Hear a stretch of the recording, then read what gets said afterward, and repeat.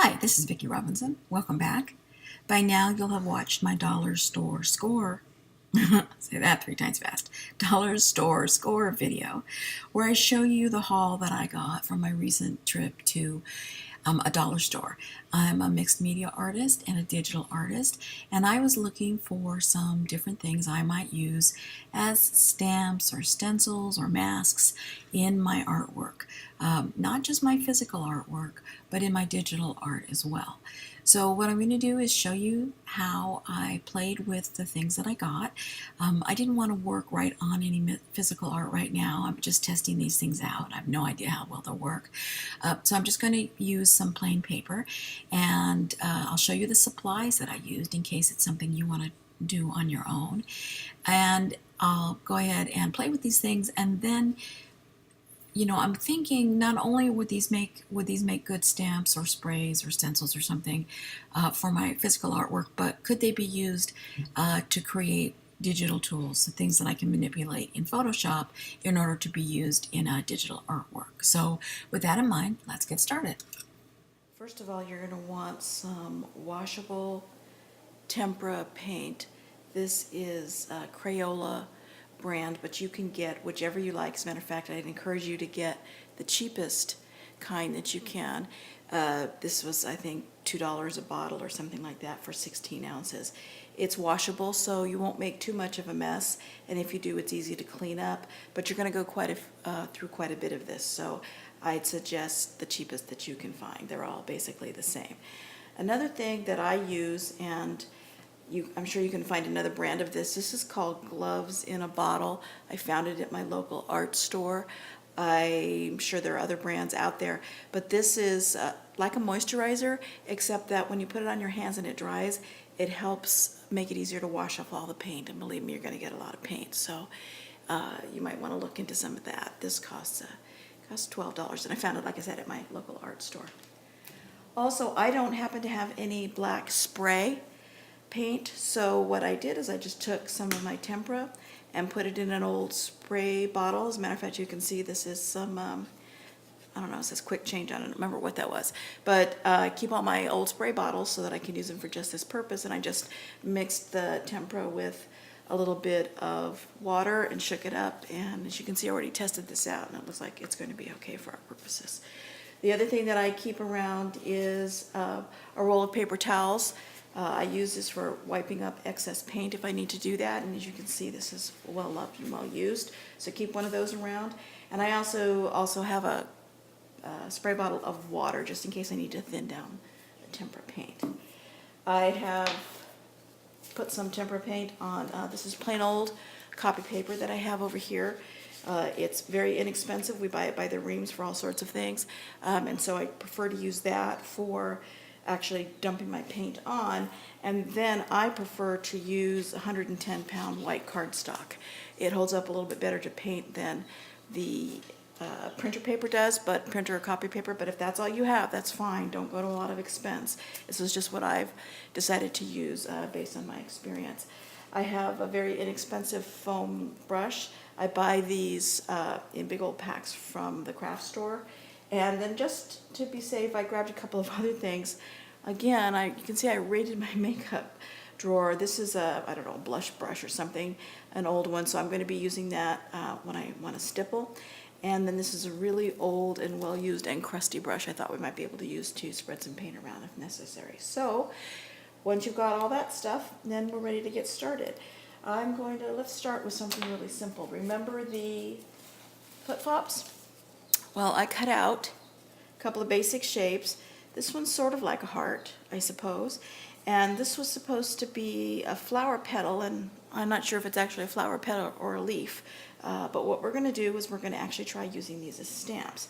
So I'm going to take some of my tempera paint, and I'm going to actually smush this around on the page. I don't want it too thick. Otherwise, I'm just going to get a big old paint blob. So in this case, let's try taking the most textured side of this flip-flop, and I'm going to brush it with paint and then simply stamp it down. Ooh, cool. Do that a couple times. Sometimes the last impression you get is the best impression you're going to get, but it doesn't matter. Remember, there's no rules here. Anything that you do here is fine. We're just having fun. And remember, in case I didn't say this before, the reason I'm using black is that we're going to want to be turning these into brushes, and we need as much contrast between the paint and the paper as we can get. So black always works best if you have that. And because we're turning them into brushes and because we're making this artwork, you can't do anything wrong. So you just want, the idea is just to have fun and to play.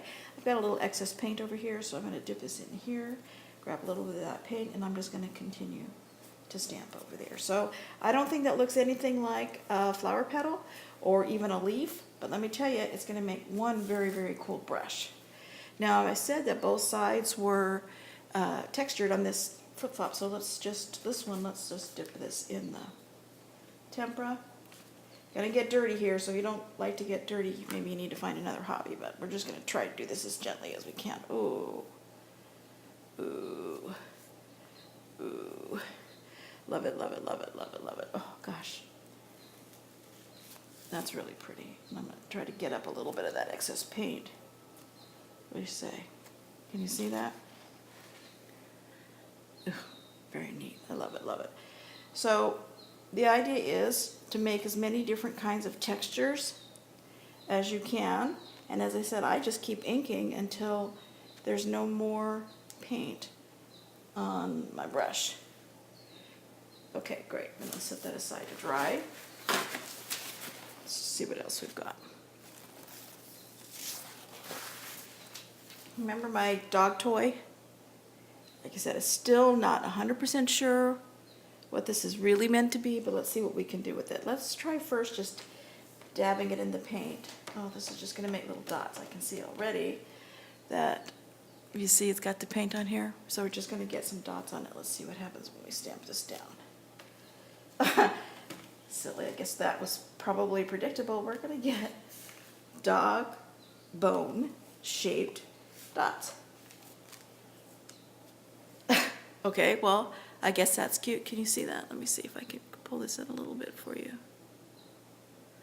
Okay, so now, since we did that, what would happen if we stamped this really good and then dragged it down the page?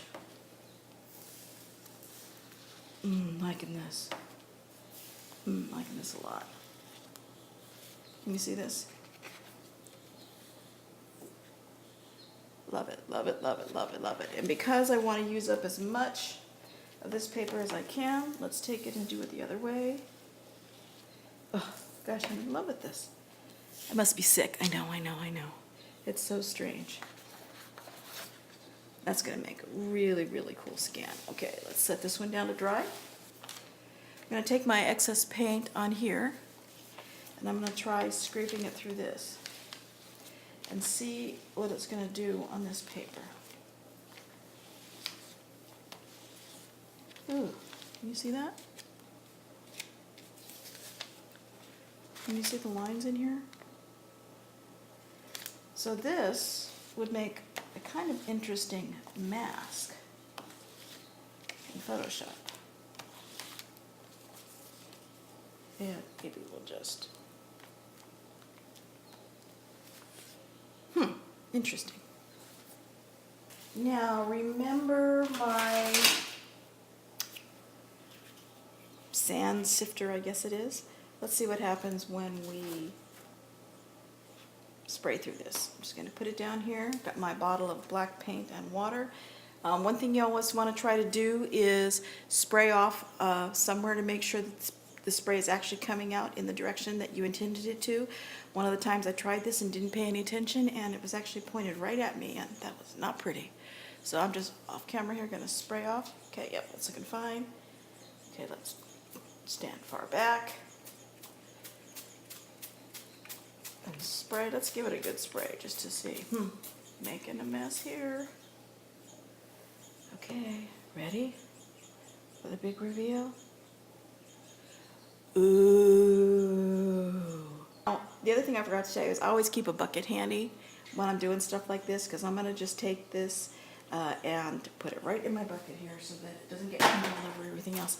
I am really in love with this, because not only do I have this big circle, but now I can take another brush that I've made in Photoshop once I've scanned this and then take chunks of it and use it for another kind of design. So That is really neat. Very, very cool. Put that over here. Okay, what else do we have here? We have these combs. Remember the $12 package of 12 combs for $1? Okay, let's see what we can do with these. First, let's try dipping these in my paint. See if I can get a lot of paint on here, and let's see what happens if we, oh, yum. I don't know why I'm so addicted to lines, but I'm really, really addicted to lines. Oh, yeah.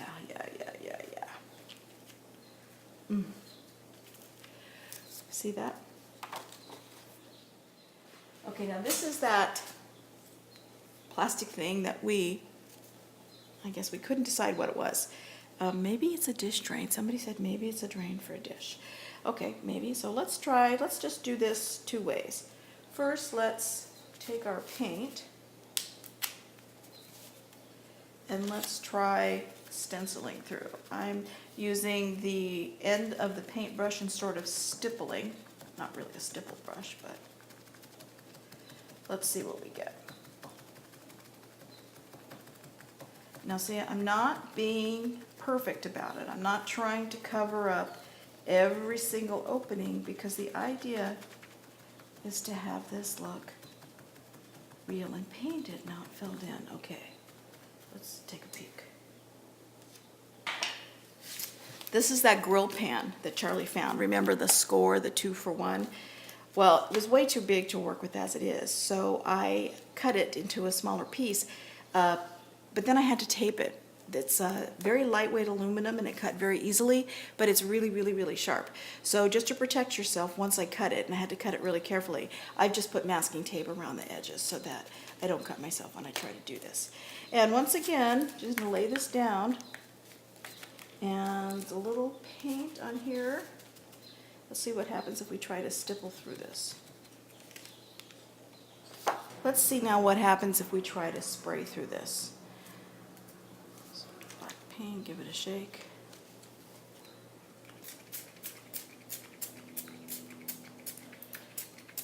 I guess it's pretty predictable what we're going to get, but it's still kind of a surprise. Ready, set, ta-da! Inky dots. Very cool. So I think you're getting the idea. You have to just sort of use your imagination and not be afraid to fail and not be afraid to try. This is that little gizmo basket that Charlie found, the very first thing he found, and I cut the side off of it because it was kind of unwieldy to use otherwise. And again, a little more paint here. Let's stipple through this. It doesn't lie really, really flat, but let's see what's going to happen.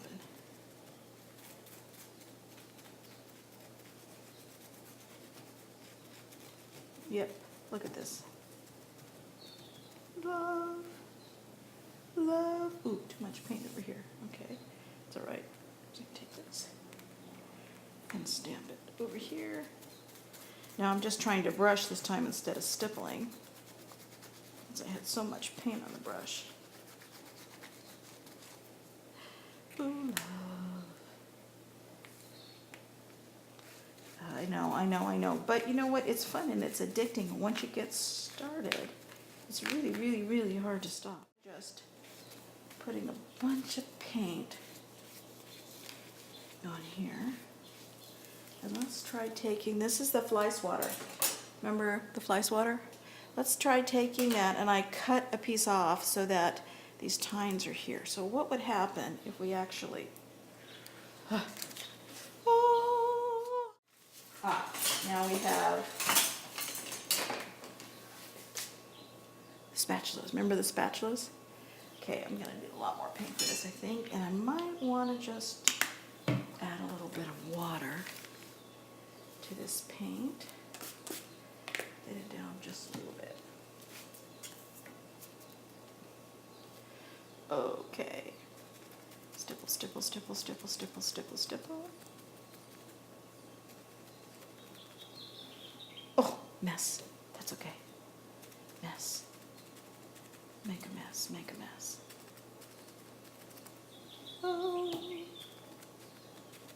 Gosh, isn't it silly for a grown woman to get so excited when she sees these kinds of things? I guess if I was doing this way carefully and I wanted it to be really perfect, it would be spending a lot more time. But the fun thing about this kind of art is it doesn't have to be perfect. There we go. Oh, could be mess. Maybe too much water. Oh, maybe too much water, but oh, how cool is this? Love it, love it, love it, love it.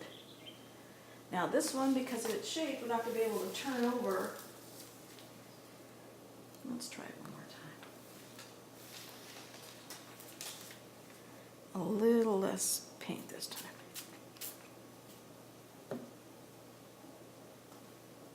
Ooh, cool. Now, anything left in here to come out, add to the fun? No, that's it. Okay. Well, I wonder what happens if I do this. Dip this in my paint.